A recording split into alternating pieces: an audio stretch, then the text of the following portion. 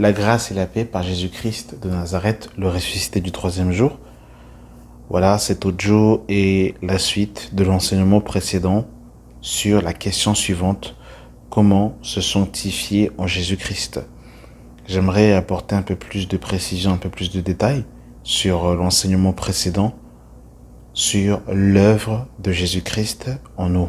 Vous savez, il y a beaucoup de personnes, avant qu'elles donnent leur vie à Jésus-Christ, il y a une question qui les tourmente. Oui, Jésus-Christ est Seigneur et Sauveur, je crois qu'il est le Fils de Dieu, mais par contre, je suis dans l'incapacité de pouvoir renoncer à moi-même. Je suis dans l'incapacité de pouvoir arrêter la musique du monde, dans l'incapacité de pouvoir arrêter la masturbation, la pornographie, l'adultère, les gros mots, la séduction.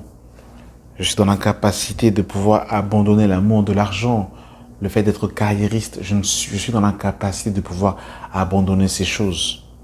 Et souvent, ces questions que beaucoup de personnes se posent les empêchent même, des fois même, de vouloir rentrer dans les eaux du baptême. Et j'aimerais juste, mes bien-aimés dans le Seigneur, nous dire effectivement, il est impossible à un homme de pouvoir abandonner de ses propres efforts, de ses propres capacités. Dans Matthieu 19, lorsque Jésus rencontre l'homme riche, et que l'homme riche lui pose la question, « Bon maître, que dois-je faire pour avoir la vie éternelle ?» Et Jésus va lui dire, « Tu ne tueras point, tu ne commettras point d'adultère, tu ne déroberas point, tu ne diras point de faux témoignages, honore ton père et ta mère, tu aimeras ton prochain comme toi-même. » Et l'homme riche va lui dire, « Voilà, j'ai observé toutes ces choses. Que me manque-t-il encore ?» Et là, Jésus va lui dire, « Vends tout tes biens et suis-moi. » La Bible nous dit que cet homme va s'en aller tout triste. Et au verset 25 de Matthieu 19, on nous dit, « Les disciples ayant entendu cela furent très étonnés et dirent, « Qui peut donc être sauvé ?»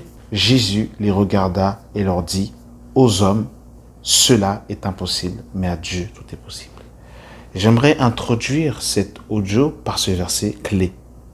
Il est impossible aux hommes de se sauver d'eux-mêmes. Le moyen de se sauver vient uniquement de Dieu.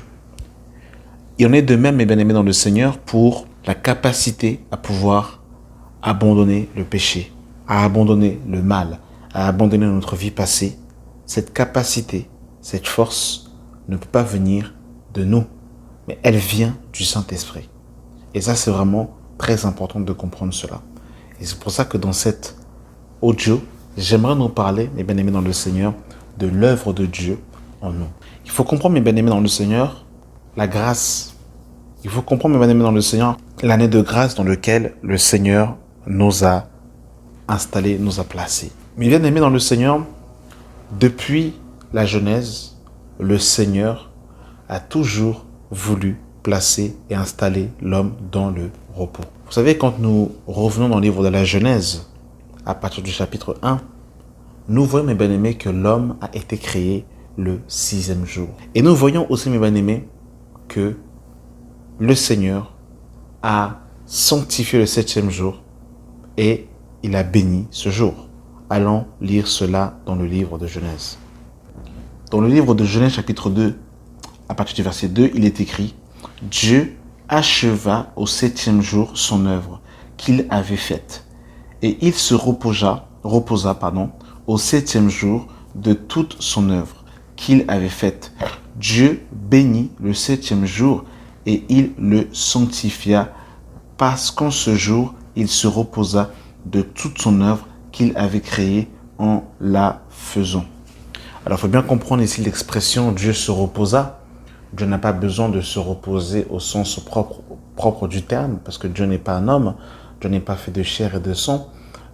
La Bible nous dit qu'il ne sommeille ni ne dort, le Dieu d'Israël. Donc Dieu n'a pas besoin de se reposer au sens littéralement du terme. Il faut bien comprendre la pensée ici. Mais ce qui est intéressant de pouvoir noter, c'est que Adam devait être installé et placé dans ce jour. Dans ce jour, mes bien-aimés, qui était le repos.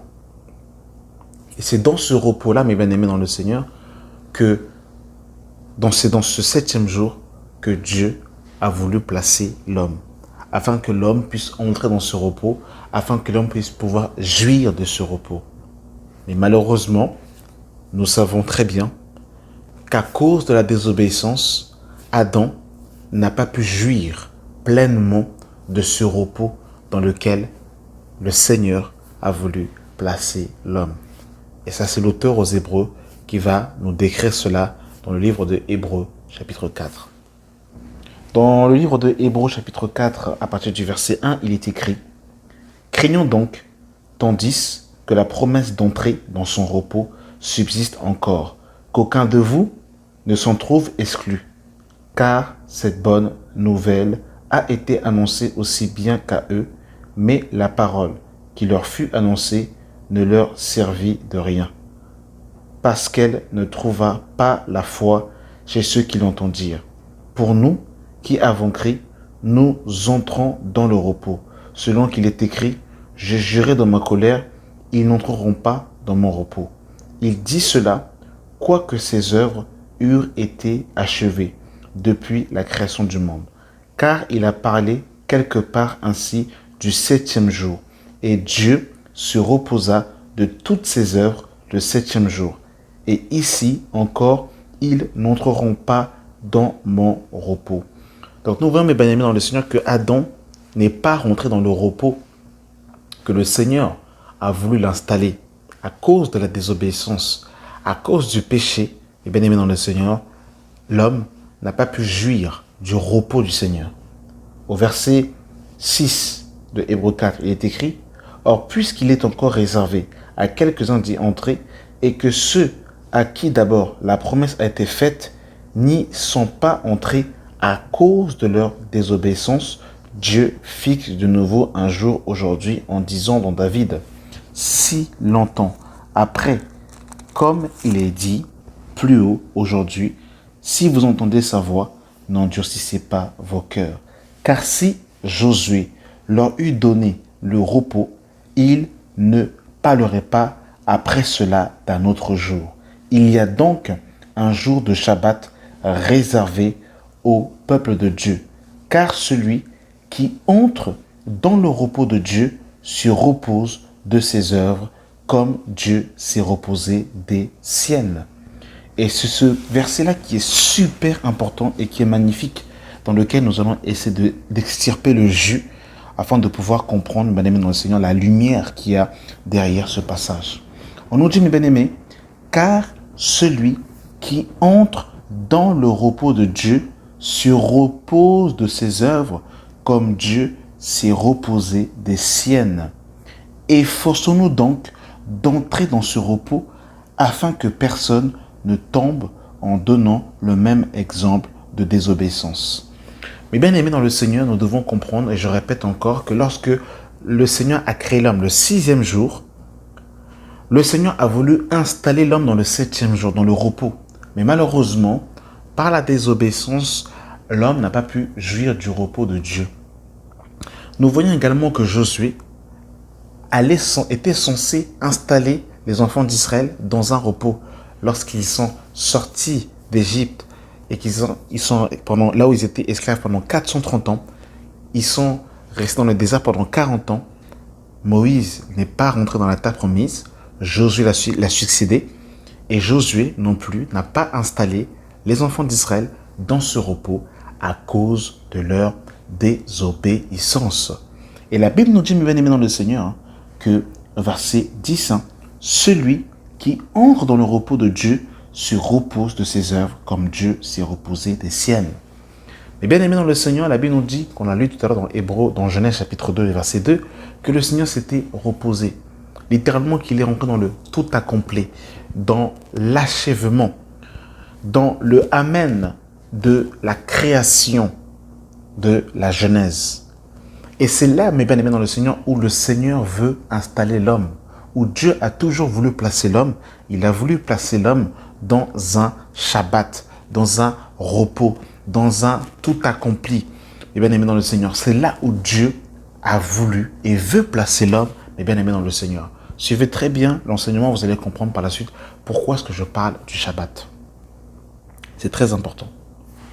Il faut comprendre, mes bien-aimés dans le Seigneur, par rapport au Shabbat, c'est que dans Exode 20, à partir du verset 8, il est écrit « Souviens-toi du 7e jour pour le sanctifier.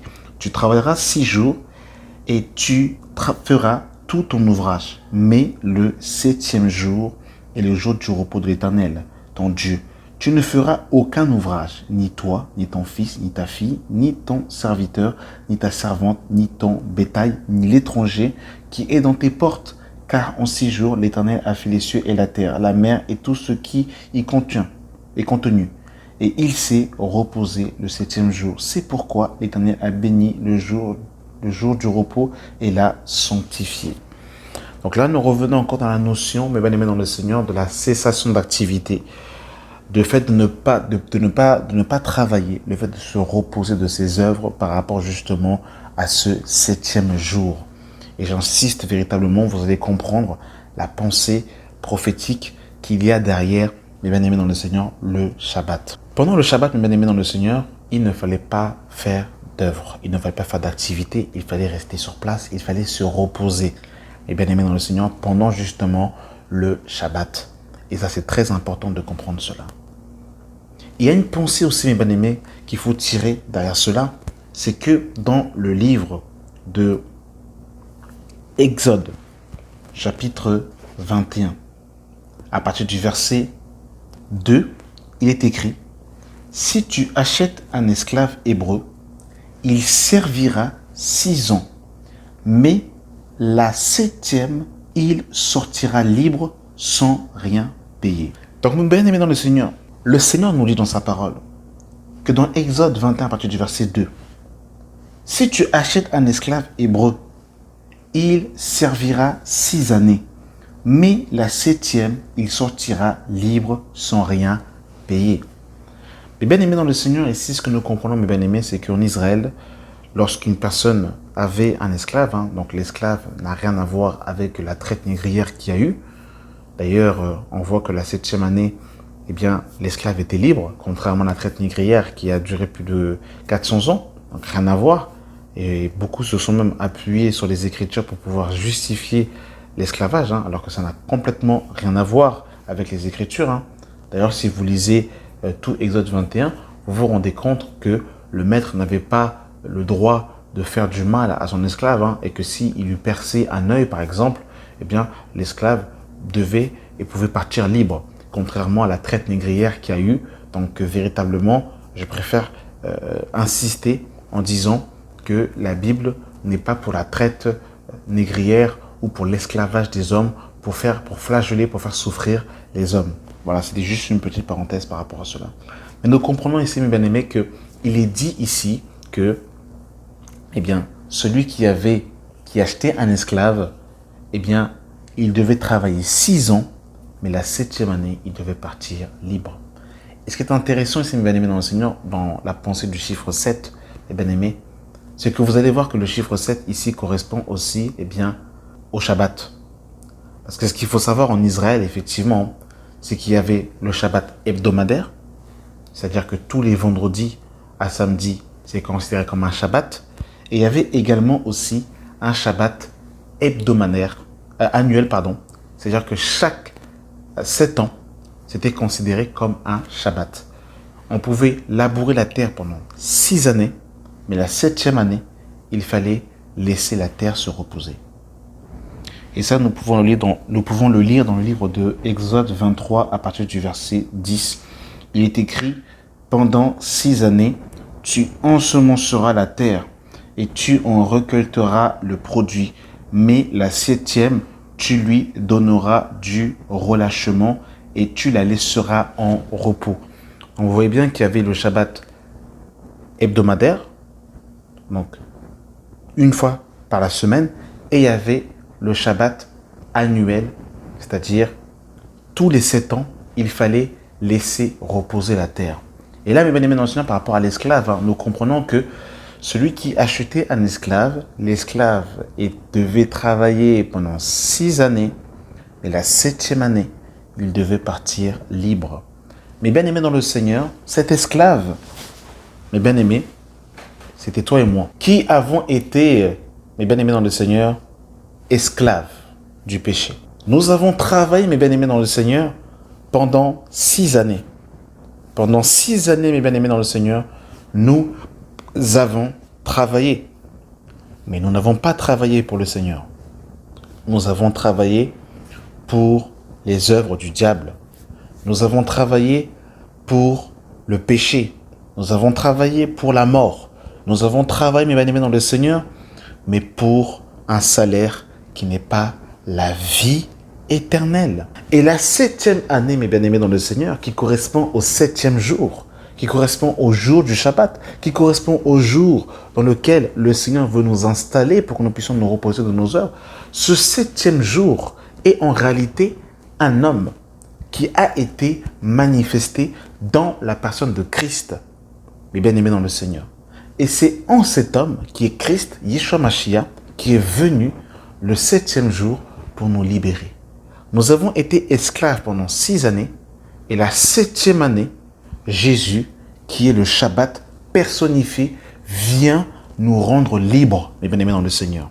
Vient nous délivrer, vient nous affranchir, afin que nous puissions partir libres, afin que nous ne soyons plus esclaves du péché, mais bien-aimés dans le Seigneur.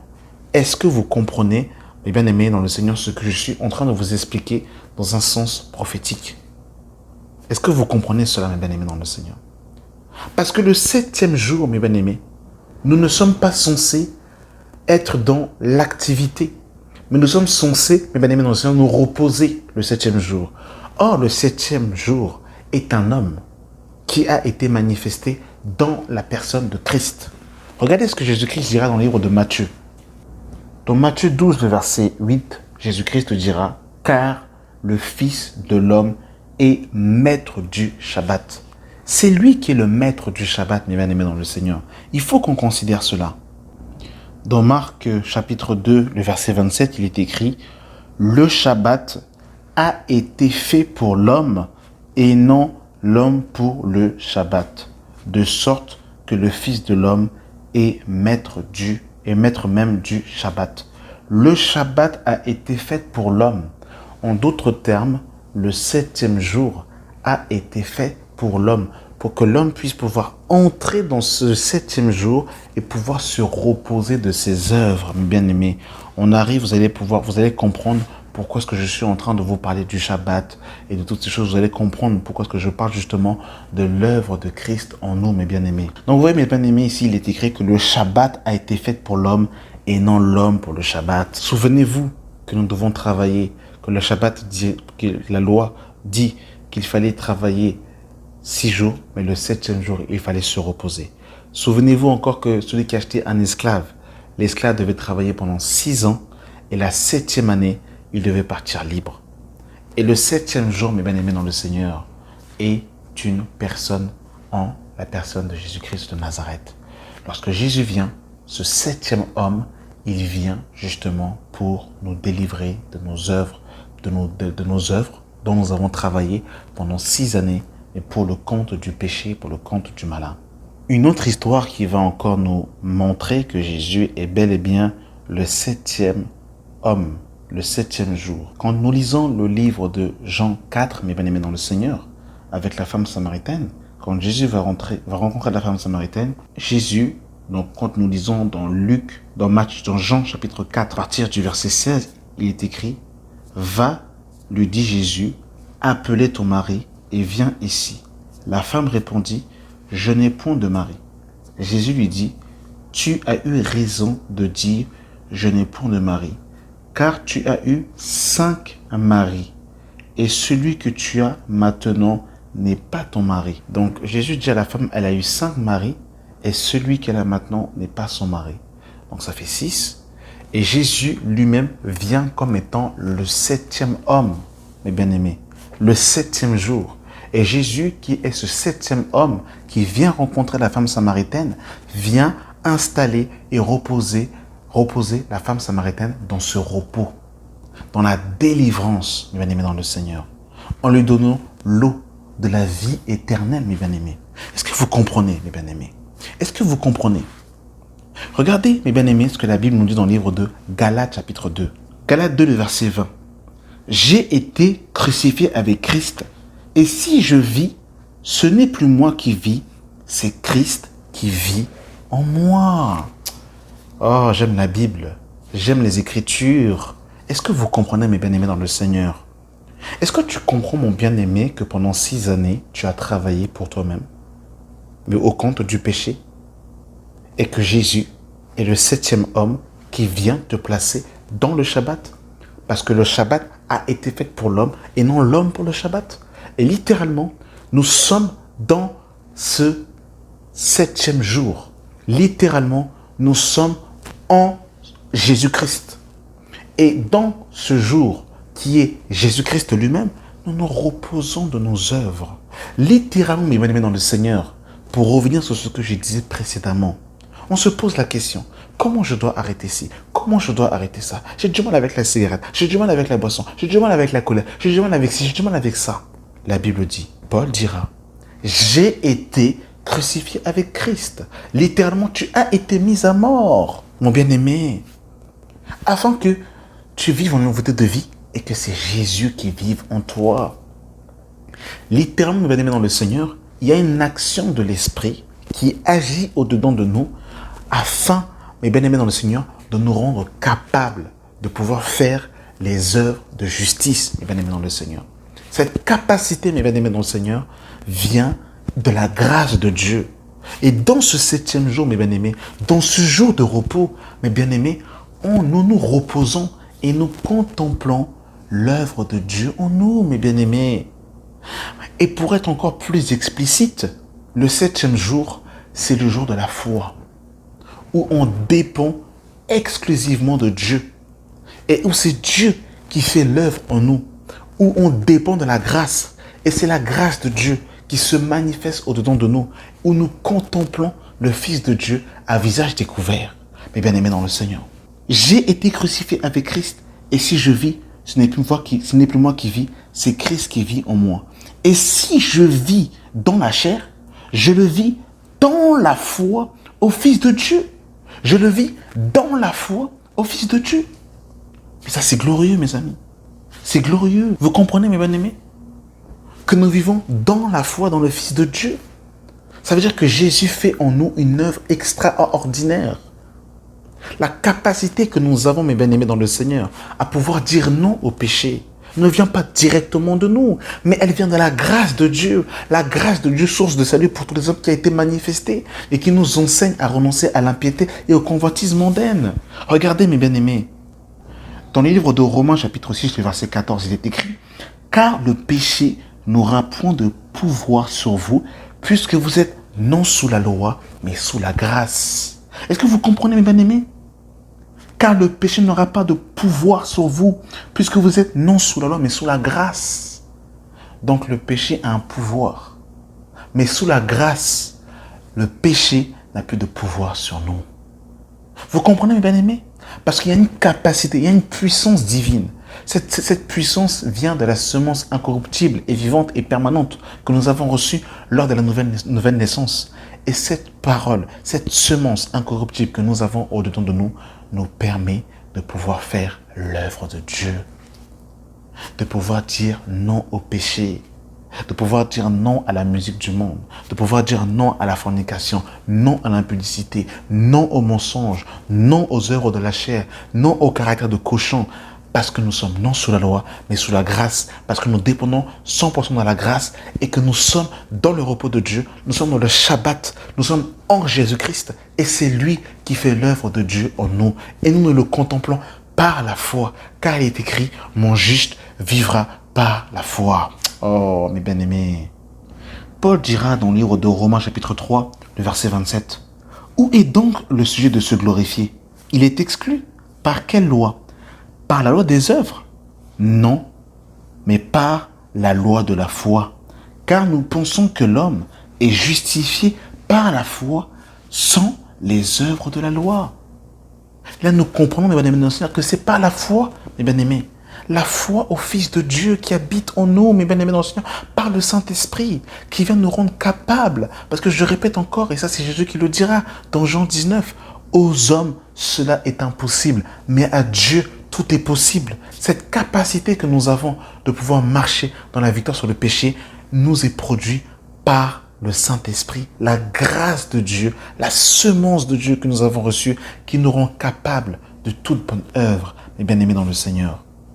Paul dira dans le livre de 2 Corinthiens chapitre 3 à partir du verset 5, « Ce n'est pas à dire que nous soyons nous-mêmes capables de concevoir quelque chose comme venant de nous-mêmes. Notre capacité, au contraire, vient de Dieu.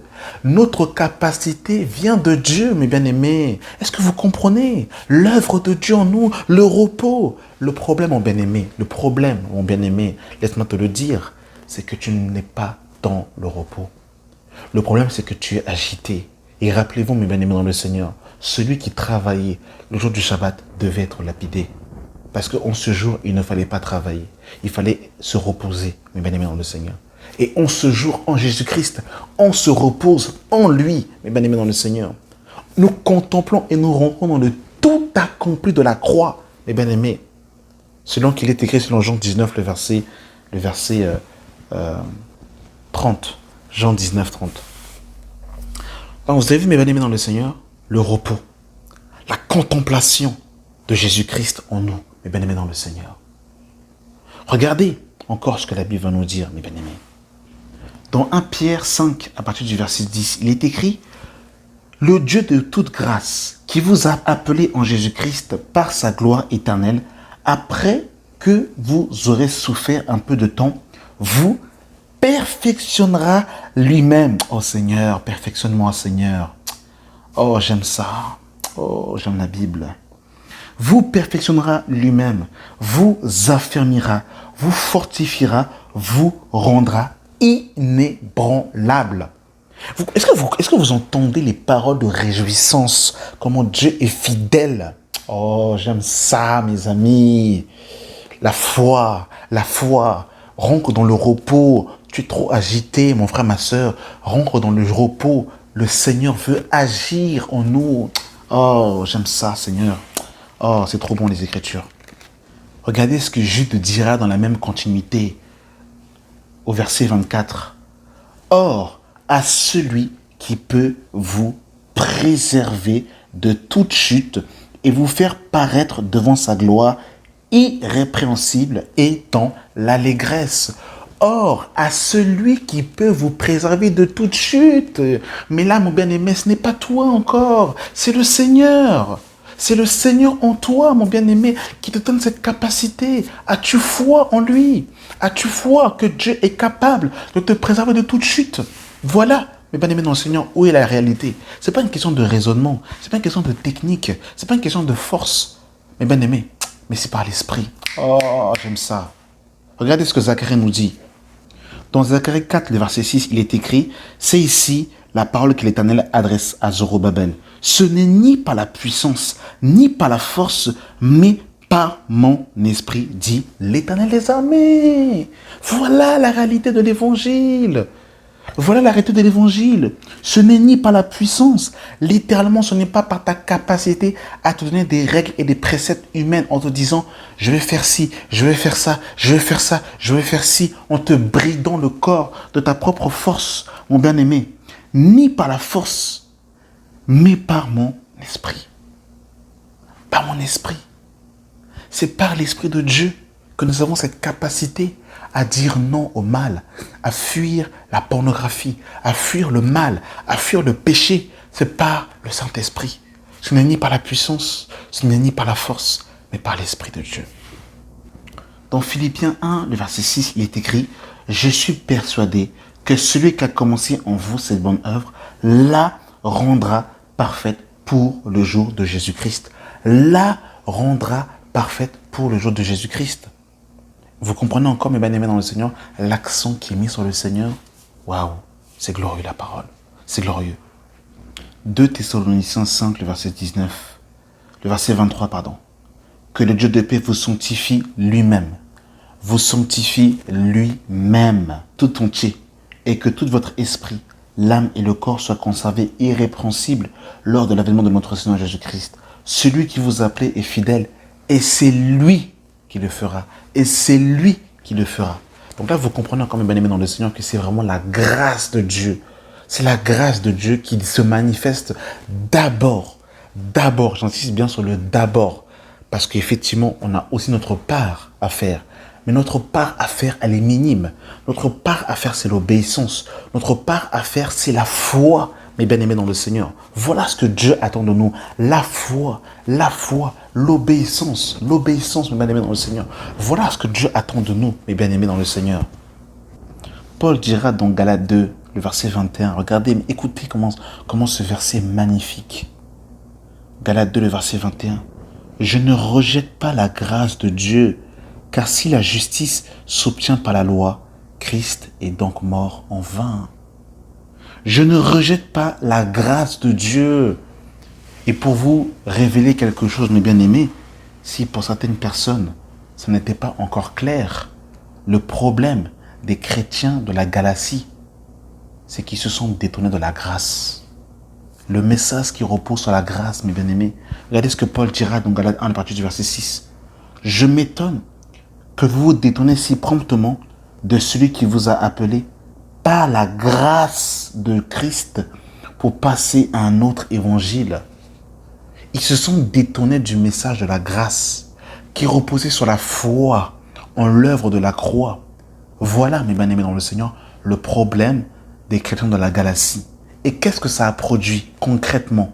Le fait que les chrétiens de la Galatie se détournent de la grâce, se détournent du message de la foi, ça a produit les œuvres de la chair que l'on retrouve dans le livre de Galates chapitre 5 à partir du verset 19. Ça a produit les œuvres de la chair parce qu'ils sont sortis de la grâce, ils sont sortis de la foi et ils mettaient leurs efforts dans la loi de Moïse pour pouvoir chercher une justification par leurs propres efforts, par leurs propres forces. Et malheureusement, ils tapaient à côté parce qu'ils étaient sortis de la grâce. Oh, mes bien-aimés, que le Saint-Esprit enseigne son peuple.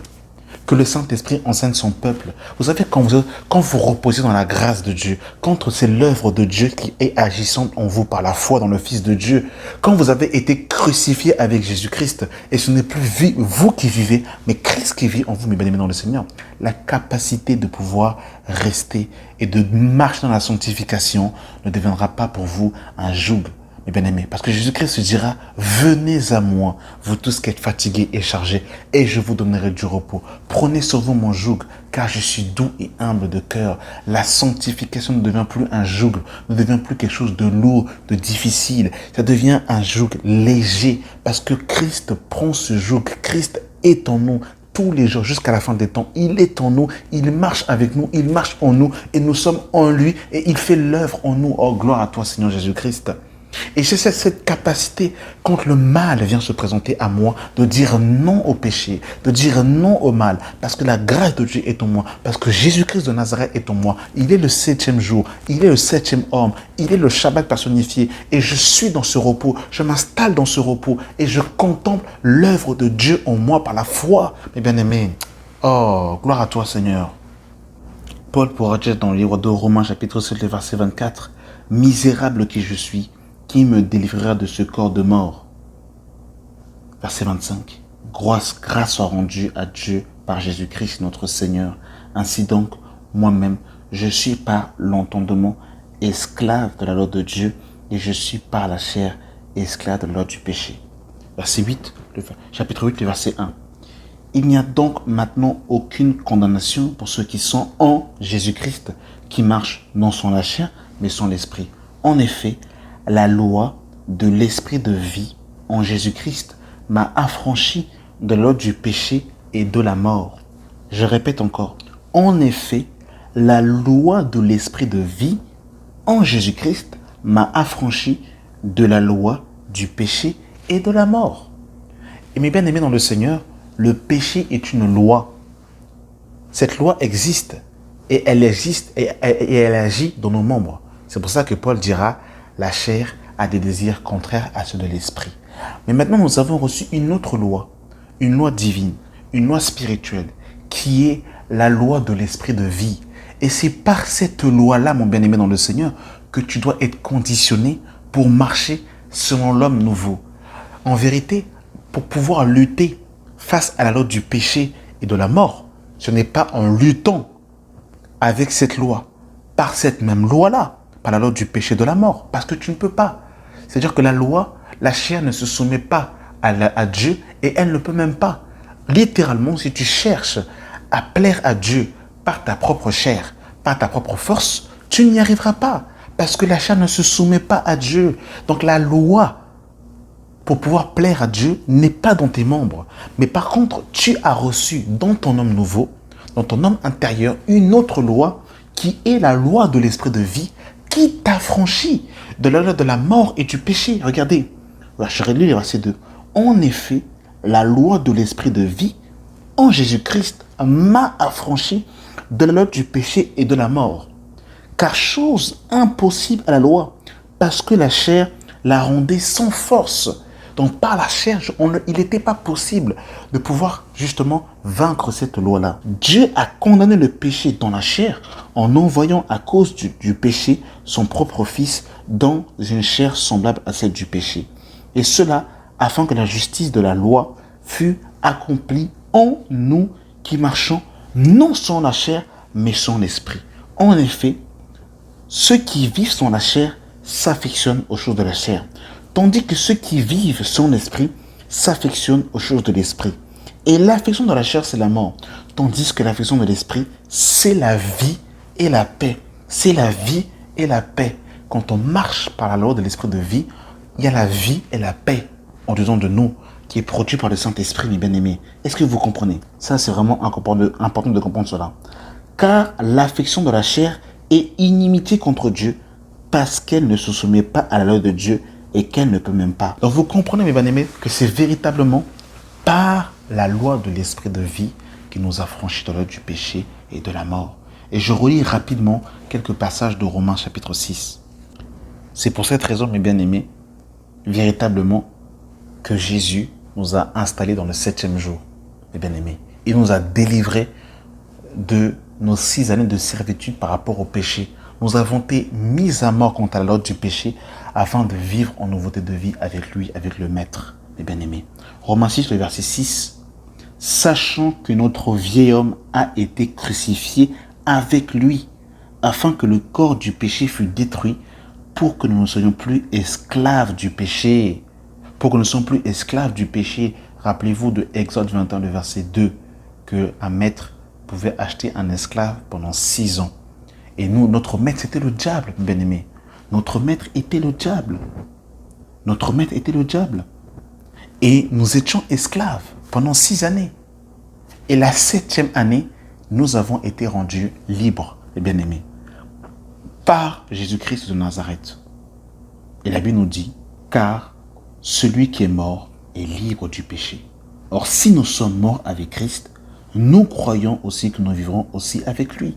Sachant que Christ ressuscité des morts ne meurt plus, la mort n'a plus de pouvoir sur lui. Car il est mort et c'est pour le péché qu'il est mort, une fois pour tous, et il est revenu à la vie. Mais bien aimé, considère ces réalités spirituelles, c'est très important. C'est très important. Le verset 12 de Romains 6 nous dira que le péché ne règne donc point dans votre corps mortel et n'obéissez point à ses convoitises. Que le péché ne règne point dans votre corps mortel. Donc on voit, mes bien-aimés dans le Seigneur, que le règne du péché dans notre corps mortel a été dominé par la puissance de la résurrection de Jésus-Christ. Par la puissance et la capacité du Seigneur, nous avons cette capacité, mes bien-aimés, de dire non au péché. De dire non au péché. Verset 5, 15. Quoi donc? Pécherions-nous parce que nous ne sommes non sous la loi, mais sous la grâce? Loin de là. Ne savez-vous pas qu'on vous livrons à quelqu'un comme esclave pour lui? Obéir, vous êtes esclave de celui à qui vous obéissez, soit au péché qui conduit à la mort, soit à l'obéissance qui conduit à la justice. Donc c'est ce que je disais, ce que Dieu attend de nous, bien-aimés dans le Seigneur, c'est l'obéissance et la foi. Et on nous dit que l'obéissance conduit à la justice. Le verset 17. Mais grâce soit rendue à Dieu de ce que, après avoir été esclave du péché, vous avez obéi. Vous avez obéi de cœur à la règle de doctrine dans laquelle vous avez été instruits. Ayant été affranchis du péché, vous êtes devenus esclaves de la justice. Et le temps est au présent, mes bien-aimés dans le Seigneur. Ayons été affranchis. Donc il y a certaines prières que nous faisons où nous devons revoir notre manière de prier. On ne prie pas pour devenir libre du péché. Parce que tu as déjà été libéré du péché. La croix est venue régler le problème du péché. Ça, il faut que ce soit clair, il faut que ce soit prêché dans nos églises, mes bien-aimés dans le Seigneur. Ayant été affranchis du péché, vous êtes devenus esclaves de la justice, mes bien-aimés dans le Seigneur. Ça, c'est important de comprendre cela. Verset 20, regardez encore le verset 20. Car lorsque vous étiez esclaves du péché, vous étiez libres à l'égard de la justice. Donc vous avez vu le passé. Car lorsque vous étiez esclaves du péché, verset 22, mais maintenant, étant affranchis du péché et devenus esclaves de Dieu, vous avez pour fruit la sainteté et pour fin la vie éternelle. Vous avez vu, mes bien-aimés dans le Seigneur, comment que oh, j'aime ça. Vraiment, je ne sais pas si j'ai réussi à vous expliquer le message que le Seigneur m'avait mis à cœur. J'ai été crucifié avec Christ et si je vis, ce n'est plus moi qui vis, c'est Christ qui vit en moi.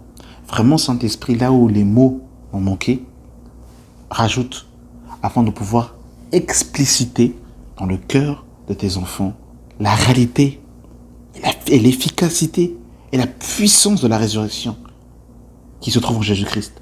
Jésus-Christ qui est le 7e homme, littéralement qui est le 7e jour, qui est le repos par excellence, qui est venu nous installer dans ce repos par excellence.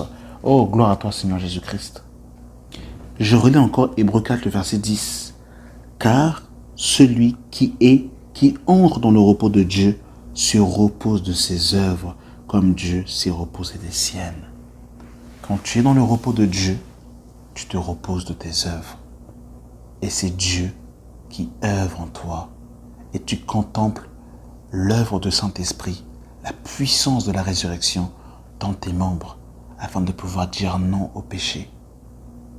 Gloire soit rendue au Seigneur Jésus-Christ. Sois libre. Tu es un homme libre, mon frère. Tu es une femme libre, ma sœur. Ne te regarde plus comme esclave du péché. N'accepte plus d'être dominé par le péché. Parce que le péché n'a plus de puissance. Et n'a plus de puissance pour pouvoir régner dans ton corps mortel.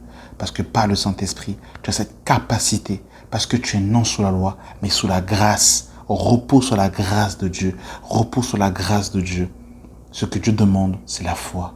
Ce que Dieu demande, c'est l'obéissance qui mène à la justice. Amen. La grâce et la paix par Jésus-Christ. Amen.